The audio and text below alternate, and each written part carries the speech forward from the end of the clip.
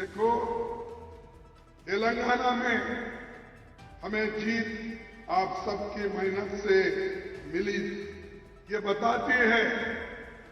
और राहुल जी की मेहनत भी ये बताती है। एक उर्दू में शायर है, मैं कहूंगा, 1000 वर्ष गिरे, लाख आंधियां उठे, वो फूल खिल के रहेंगे जो खिलने वाले हैं।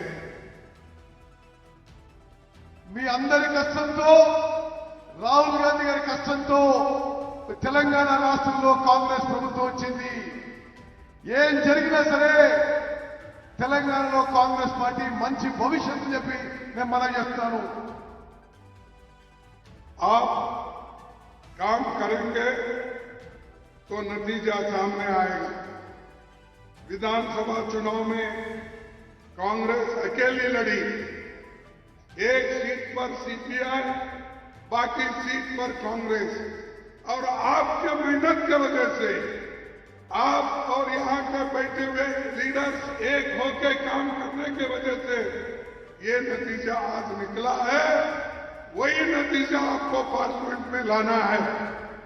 మీరందరి కష్టంతో సాహసంతో ధైర్యంతో మీరు ఈ వేదిక మీద నాయకులందరూ కూడా సమిష్టిగా పనిచేసినందుకే శాసనసభ ఎన్నికల్లో గెలిచారు.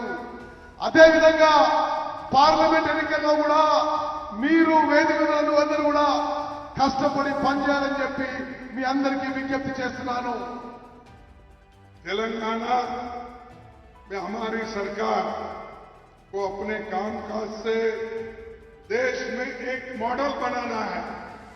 कोई भी ये कहे कि भाई ये काम जो हमारे रेड्डी साहब ने जो कांग्रेस के तरफ से किया और कांग्रेस ने यहां जो मॉडल बनाया वो मॉडल हम इंप्लीमेंट करेंगे, ऐसा सारे देश के लोग बोलना चाहिए। ఇక్కడ ప్రభుత్వ పనితీరు భారతదేశం మొత్తం కూడా అనుకోవాలి. తెలంగాణలో